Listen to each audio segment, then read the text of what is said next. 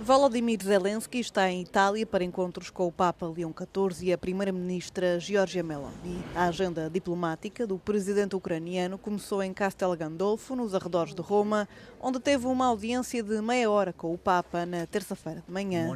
O sumo pontífice reiterou a necessidade de prosseguir o diálogo a fim de alcançar uma paz justa e duradoura para a Ucrânia. Durante o encontro foi também abordada a questão dos prisioneiros de guerra e o regresso das crianças ucranianas raptadas, segundo informou a Santa Sé.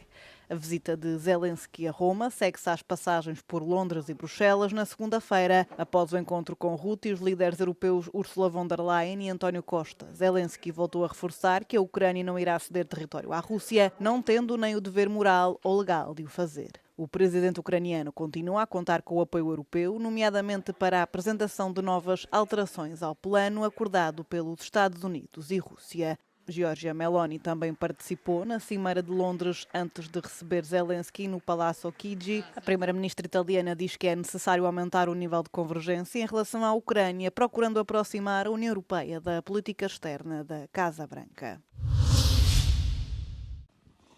A região ucraniana de Sumy foi uma das mais afetadas pelos ataques russos realizados durante a noite de domingo e a madrugada de segunda-feira. Na cidade de Okturka, naquela região ucraniana, drones russos atingiram um edifício residencial de 9 andares, deixando vários feridos. Os ataques russos visaram vários locais do território ucraniano, registando problemas em regiões como Kharkiv, Donetsk, Dnipropetrovsk, Chernihiv e Kherson. As autoridades ucranianas contabilizaram pelo menos 10 mortos e mais de 40 feridos nestes ataques. A Força Aérea do país fala em 149 drones lançados pela Rússia durante a noite. Zaporíjia foi novamente visada esta segunda-feira, com ataques realizados com 3 bombas aéreas guiadas, direcionadas a áreas industriais e residenciais. Pelo menos 15 pessoas ficaram feridas. Os ataques ocorrem numa altura em que se intensificam os esforços diplomáticos para pôr fim à guerra da Rússia na Ucrânia, que já vai no seu 4º ano.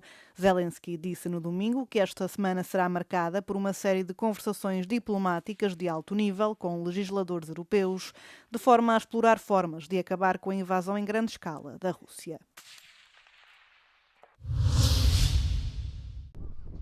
O Japão começou a avaliar na terça-feira os danos causados pelo sismo de magnitude 7.5 que abalou o país e causou mais de 30 feridos. O governo alertou a população para a possibilidade de ocorrência de réplicas após as autoridades terem ordenado a retirada de cerca de 90 mil pessoas. A primeira-ministra anunciou ainda a criação de uma task force para determinar os estragos.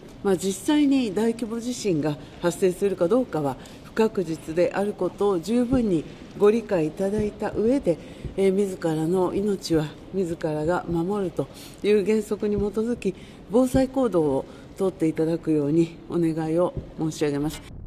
Segundo a Agência de Gestão de Incêndios e Catástrofes, o terremoto causou apenas estragos ligeiros e originou um alerta de tsunami nas comunidades costeiras do Pacífico. As autoridades informaram ainda que os serviços ferroviários nos condados costeiros foram suspensos e que milhares de pessoas ficaram sem eletricidade. Foram ainda realizadas verificações de segurança em centrais nucleares da região, mas, ao contrário do que aconteceu em Fukushima em 2011, não parecem ter ocorrido danos significativos. As duas principais centrais sindicais de Portugal convocaram uma greve geral para protestar contra um novo pacote de medidas laborais anunciado pelo governo. A greve geral, marcada para 11 de dezembro, será a primeira em 12 anos.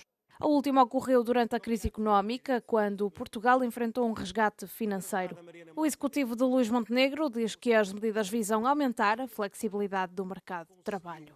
São oportunidades que estão a aparecer e a florescer na nossa economia. E, portanto, a questão que se coloca, e é séria, é esta.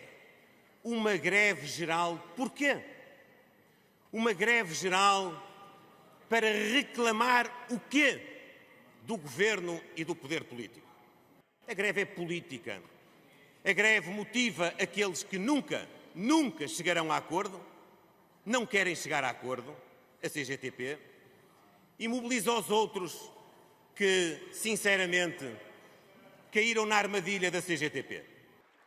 Já a oposição afirma que se trata de um ataque aos direitos dos trabalhadores. O Sr. Primeiro-Ministro o que está a fazer com esta proposta é de lançar os mais jovens na precariedade, nos recibos verdes e na economia informal. Pode ter a certeza e vai contar com isso. Quanto mais conhece o conteúdo, mais razões há para o combate, mais razões há para uma grande greve geral que ponha o caminho que se impõe, salários, dignidade, respeito por quem trabalha, tempo para viver, para desenvolver o país, a economia e para dar força também às micro, pequenas e médias empresas.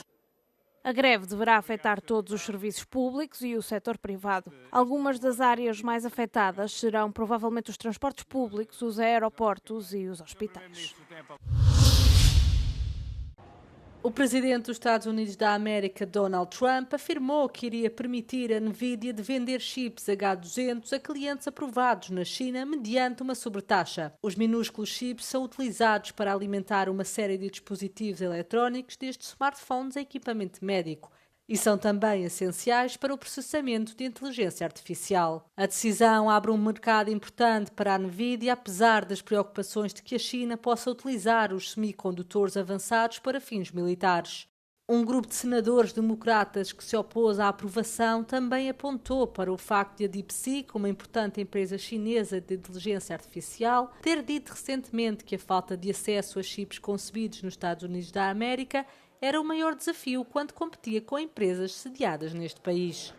O H200 é mais potente do que o H20 da geração anterior, mas ligeiramente menos avançado do que o chip Blackwell da Nvidia. Em abril, Trump proibiu a venda de H20s à China por motivos de segurança nacional. Alguns meses mais tarde, o presidente reverteu a decisão depois da Nvidia ter concordado em pagar 15% das suas receitas chinesas ao governo dos Estados Unidos da América.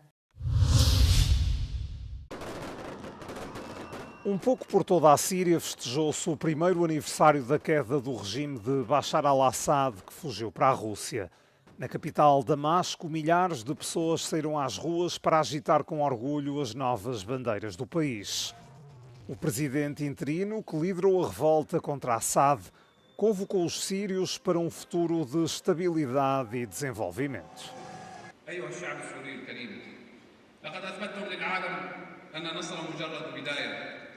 تعالوا بنا جميعا نكمل الحكاية حكاية شعب صمد وصبر فأعزه الله ونصره تعالوا لنجعل من النصر مسؤولية تتجلى فينا جدا وعملا وعدالة ورحمة لننهض بوطننا الحبيب نحو مصاف الدول المتقدمة بإذن الله.